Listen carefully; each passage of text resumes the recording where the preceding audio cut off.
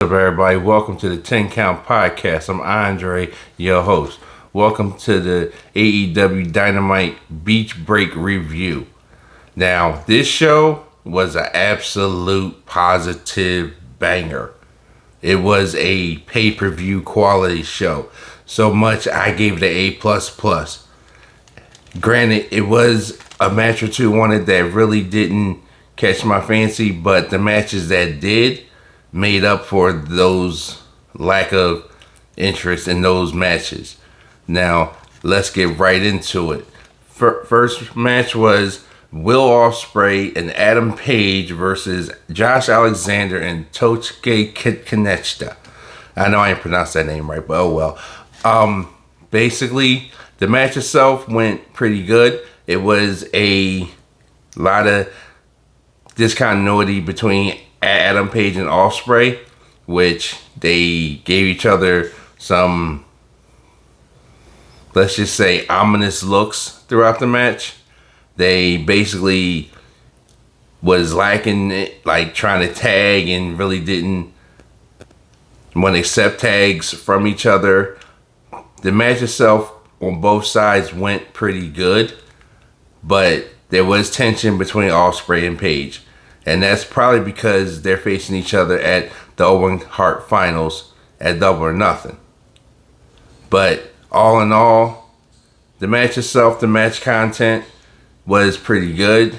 It had some pretty okay storytelling to it as well, which, when it comes down to it, the match itself was a good story, but at the same time, it was a good build-up for Ospreay and Hangman at Double or Nothing.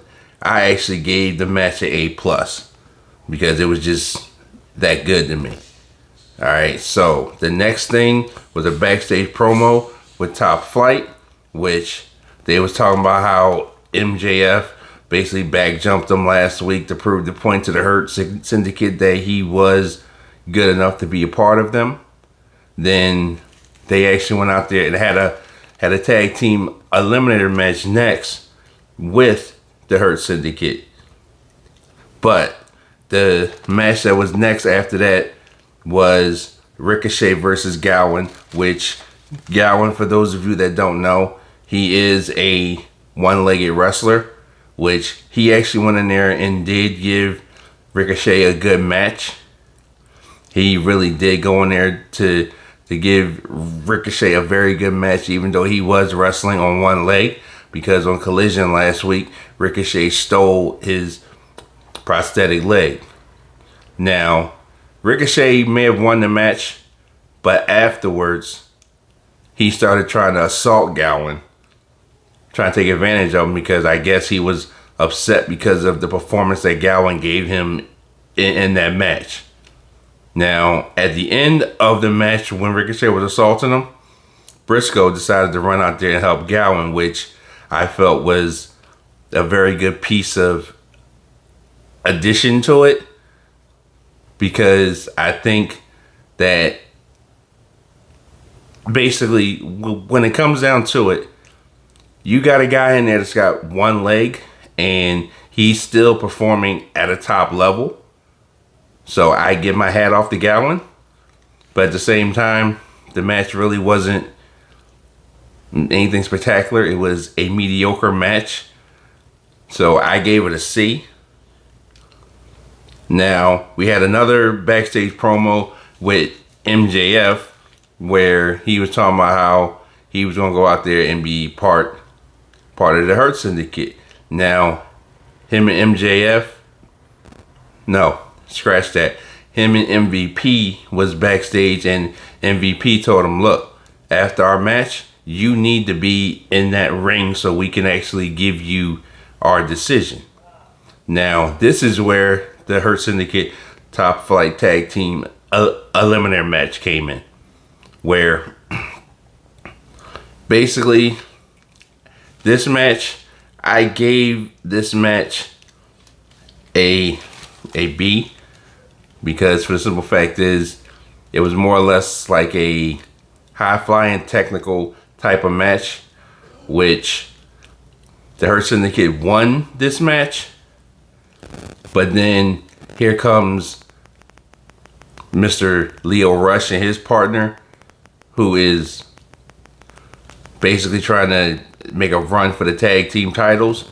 But before they came out, Dustin Rhodes and Sammy Guevara, the Ring of Honor tag team champions, they came out trying to make a blast for the titles as well.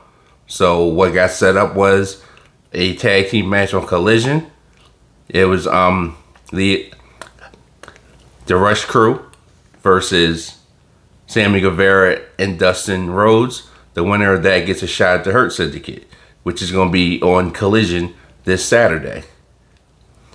But the big story here is the Hurt Syndicate accepted MJF into their ranks, which MJF was ecstatic about that, which in my opinion, it's just a setup ploy really, because to be quite honest with you, when it was making the decision to let him join, of course Shelton gave him a thumbs up, MVP gave him a thumbs up, and Lashley was sitting there toying with him, like saying, look, he had his thumb out and was like, maybe, just maybe, trying to teeter with it going up, trying to teeter with it going down. But then he eventually gave him a thumbs up. But the whole time, Shelton Benjamin was standing behind him, looking like he was about to take his head off, which was kind of misleading to me, because they had everybody thinking that, look, we about to get in this boy's head.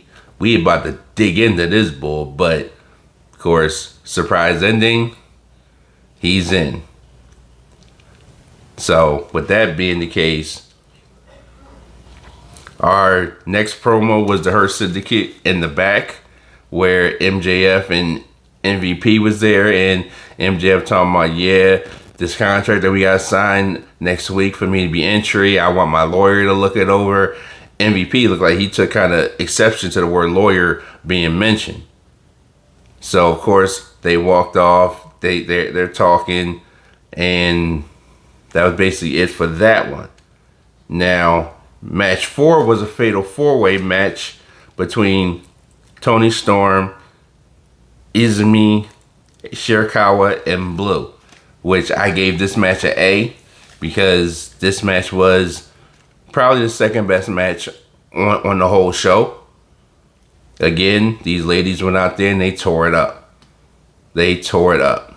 Now, you would think with her record in these matches, in these eliminator matches, that Toni Storm was going to win this match. But surprisingly, she didn't. Shirakawa won this match. So now she gets a future shot at Toni Storm for the title. Now with Azumi getting helped up the ramp, Miss Mercedes Moné comes out, because for those of you that don't know, over in Japan last week, like Friday or so, Izumi beat Mercedes Moné for her New Japan title, which basically that was a triple threat. Now, of course, Moné didn't get pinned, but she still lost the title, and basically she still lost the match. So that'd be her first loss in, I believe, a year. So, of course, she was irate. So she came out and attacked Azumi and tried to injure her more. But come to save the day, here comes Jamie Hayter, which she came out there and jumped on Moné because of what Moné did to her last week on Dynamite. Put her in the bank statement, kept her in it, and was trying to injure her. So Hayter came out and did the same thing to her. Of course, security came out and pulled everybody in the back, but that's to be expected, really. Now, after that, we had a backstage promo, as I said, with MJF. But then after that, there was a promo inside the ring with Tony Schiavone interviewing Nigel McGuinness, which Daniel Garcia came out. They're talking because McGuinness wanted to apologize to Tony Schiavone, because McGuinness is basically an announcer who shouldn't have been in the ring to begin with, but he was in there to help out because FTR was just going roughshod with everything. All right, so that happened. Then FTR, Stokely came out and he was talking some crap to McGinnis and Daniel Garcia. Then of course FTR back jumped those two. And then basically it just got out of hand completely. And then that went to commercial. Then after that was our main event, which to me, that match, I gave it an A++ because that match was a complete, absolute banger. That was one of the best matches I've seen on AEW, any AEW programming in a very long time. It was Jon Moxley defending the World Heavyweight title against Samoa Joe in a steel cage match. Now, that match was an absolute bloody banger. Moxley, he got cut, his face all bleeding all over the place. Him and Joe going at it. I mean, completely going at it. So, the one thing that by watching this match, I really can't say for sure because I don't know. But it seemed like it was one of those Young Bucks booked matches. Because Moxley and Joe was going at it. Then they went to commercial. Then when they came back, you saw the rest of the Death Riders. Well, the rest of the existing Death Riders. Because, of course, Pac is gone. But Wheeler Yuta and Claudio was out there with Marina Shafir. And they was trying to get involved in the match. But at the same time that they came out, Powerhouse Hobbs and Willow Nightingale came out to be out there to watch them. Now, somehow, I'm not sure, but somehow, his name is Gabe. He's from New Japan Pro Wrestling. While everybody outside rumbling, he runs out there and he slips the briefcase inside the cage for Moxley to hit Joe with it. 1, 2, 3. Moxley wins the belt. Moxley wins the match. But it didn't stop there. It really didn't stop there. Because basically the cage, it gets lifted. And the Death Riders is in there trying to take out the Ops. And then all of a sudden, here comes the Young Bucks, which is why I say this to me seems like it was a Young Bucks booked match, because whenever they book a match, here they come out there to show their faces. So here come the Young Bucks. They come out. Then right behind them, here comes Kenny Omega. He comes out. And of course, he's fighting everybody. Then all of a sudden, here comes Okada behind him, trying to take him out of the whole picture. So when the Young Bucks came out, they had the cage controls in their hand. So Samoa Joe, Kenny Omega, inside the ring with the Death Riders and the Young Bucks, and this Gabe from New Japan. So the Young Bucks, they lowered the cage back down, and they're all in there rolling on Joe and Omega. Then here comes another banger part of this match.